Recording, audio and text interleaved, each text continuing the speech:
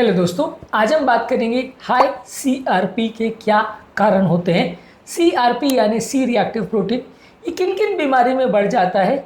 हम सब ये जानते हैं कि ये इन्फ्लेमेशन का मार्कर होता है, लेकिन सिर्फ इन्फ्लेमेशन में ये बढ़ता है क्या? ऐसा नहीं है। इसके बहुत सारे और दूसरे कारण भी हो सकते हैं जिनके बारे में जानना और समझना ज़रूरी है, क्योंकि अक्सर लोग हमें मैसेज करते हैं कि मेरा सीआरपी ज़्यादा हो गया, मतलब क्या मुझे हार्ट अटैक आ गया है, क्या मेरे को इन्फेक्शन हो गया है, क्या मुझे कैंसर हो गया है। ये सारी चीज़ें लोग हमें बात करते हैं, लेकिन इसके बहुत सारे कारण हो सकते हैं जिनके बारे में जानना और समझना ज़रूरी है ताकि ओवरऑल एक अंडरस्टैंडिंग बन पाए। टॉपिक पर जाने से पहले जो लोग हमारे चैनल पर नए हैं उन्हें रिक्वेस्ट करूँगा कि चैनल को सब्सक्राइब करें, वीडियोज़ को लाइक करें, शेयर करें, फॉलो करें, कमेंट करें, पूरा देखें।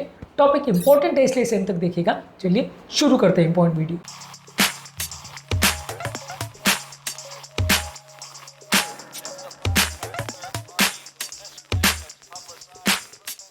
सबसे पहले हम जानेंगे सीआरपी के कारण क्या होते हैं बढ़ने के। अगर शरीर में कोई भी तरह का इन्फेक्शन हो, चाहे बैक्टीरिया का इन्फेक्शन हो, वायरस का इन्फेक्शन हो या फंगस का इन्फेक्शन हो, किसी भी तरह का बॉडी में इन्फेक्शन बॉडी में इन्फ्लेमेशन ट्रिगर करता है, एक सूजन ट्रिगर करता है, जिसकी वजह से सीआरपी वैल्यू ज़्यादा आती है। इसके अलावा कोई भी इन्फ्लेमेटरी डिजीज़ है जिसमें बॉडी में एंटीबॉडीज़ बनते हैं खुद के खिलाफ, ये भी इन्फ्लेमेटरी डिसऑर्डर्स है और बाय डेफिनेशन अगर इन्फ्लेमेटरी डिसऑर्डर है तो सीआरपी वैल्यू ज़्यादा आएंगी। जैसे कि रूमेटॉइड आर्थराइटिस, लूपस है, सिस्टमिक लूपस है, एरिथमेटोसिस है, इन्फ्लेमेटरी बाउल डिसऑर्डर्स है, ये सारे कंडीशंस में सीआरपी वैल्यू ज़्यादा आएगी। इसके अलावा हार्ट की बीमारियां यानी एथेरोस्क्लेरोसिस हो, हार्ट अटैक हो या लकवा हो, ये बीमारी में भी सीआरपी ज़्यादा आएगी, क्योंकि इसमें भी हार्ट की नलियों में इन्फ्लेमेशन या सूजन होता है।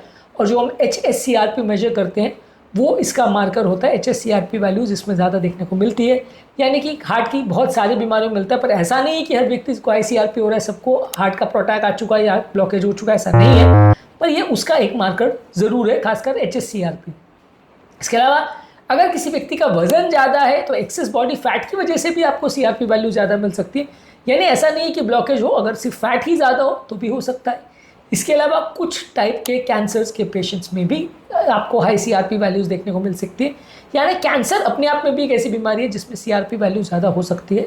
इसके अलावा यदि व्यक्ति का ब्लड शुगर वैल्यू ज़्यादा है, यानी डायबिटीज़ है उसको, तो भी सीआरपी ज़्यादा हो सकता है। यानी डायबिटीज़ और विदाउट ब्लॉकेज भी हाई ब्लड शुगर हो तो उसके भी कुछ इंट्रैक्शंस की वजह से आपका सीआरपी वैल्यू ज़्यादा हो सकता है। इसके अलावा यदि किसी व्यक्ति को अगर स्मोकिंग की आदत है, यानी वो बीड़ी सिगरेट अगर पीता है, तो वैसे व्यक्ति में टोबैको के बॉडी में साइड इफेक्ट की वजह से भी सीआरपी वैल्यू ज़्यादा आ सकती है।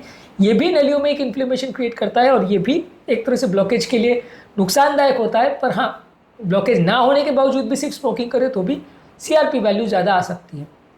यदि किसी व्यक्ति को रिसेंटली कोई सर्जरी हुई है या कोई ट्रॉमा या चोट लगी है तो वैसे व्यक्ति का भी सीआरपी वैल्यू ज़्यादा आ सकता है।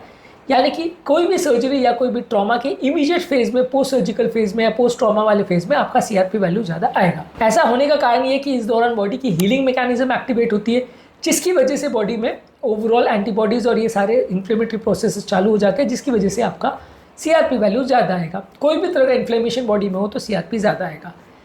कई ऑटो इम्यून बीमारियां जैसे लूपस या वैस्कुलाइटिस है, यानी नलियों के सूजन की बीमारी है, इसमें भी सीआरपी वैल्यू ज़्यादा आएगा। यानी कि कोई भी तरह का वैस्कुलर इन्फ्लेमेटरी डिसऑर्डर्स हो, यानी नलियों में सूजन की कोई भी बीमारी हो एंटीबॉडीज़ की वजह से, तो इसमें भी सीआरपी वैल्यू ज़्यादा आएगा। कुछ स्लीप डिसऑर्डर्स ऐसी हैं जिसमें आपका स्लीप या नींद अगर डिस्टर्ब हो जाती है, जैसे कि स्लीप एपनिया, इस तरह के पेशेंट्स में भी सीआरपी वैल्यू ज़्यादा आएगा। यानी आपका रेस्ट अगर डिस्टर्ब हो जाता है, स्लीप प्रॉपर नहीं आती है, इस तरह के लोगों में भी हाई सीआरपी वैल्यूज़ देखने को मिल सकती है। ESR यानी एरिथ्रोसाइट सेडिमेंटेशन रेट और सीआरपी यानी सी रिएक्टिव प्रोटीन दोनों ही बॉडी के इन्फ्लेमेशन के मार्कर हैं। हालांकि इसमें बिल्कुल ये पता नहीं चलता कि इसके बढ़ने का क्या कारण है। ज़्यादातर इस तरह के केस में आपको फर्दर टेस्ट करने की आवश्यकता होती है, ये देखने के लिए कि ये सीआरपी वैल्यूज़ या ESR के बढ़ने के क्या कारण है और उसमें आगे क्या करने की आवश्यकता है। तो आज के टॉपिक में हमने बात करी कि हाई ESR या हाई सीआरपी के क्या कारण होते हैं और इसके समझने का हमने प्रयास किया। उम्मीद करूंगा कि आज के टॉपिक में जहां पे हमने हाई सीआरपी पर बात करी आपको समझ में आया होगा।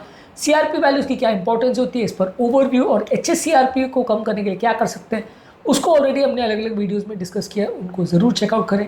टॉपिक एंड करने से पहले जो लोग हमारे चैनल पर नए हैं उन्हें रिक्वेस्ट करूँगा कि चैनल को सब्सक्राइब करें, वीडियोज़ को लाइक करें, शेयर करें, फॉलो करें, कमेंट करें, पूरा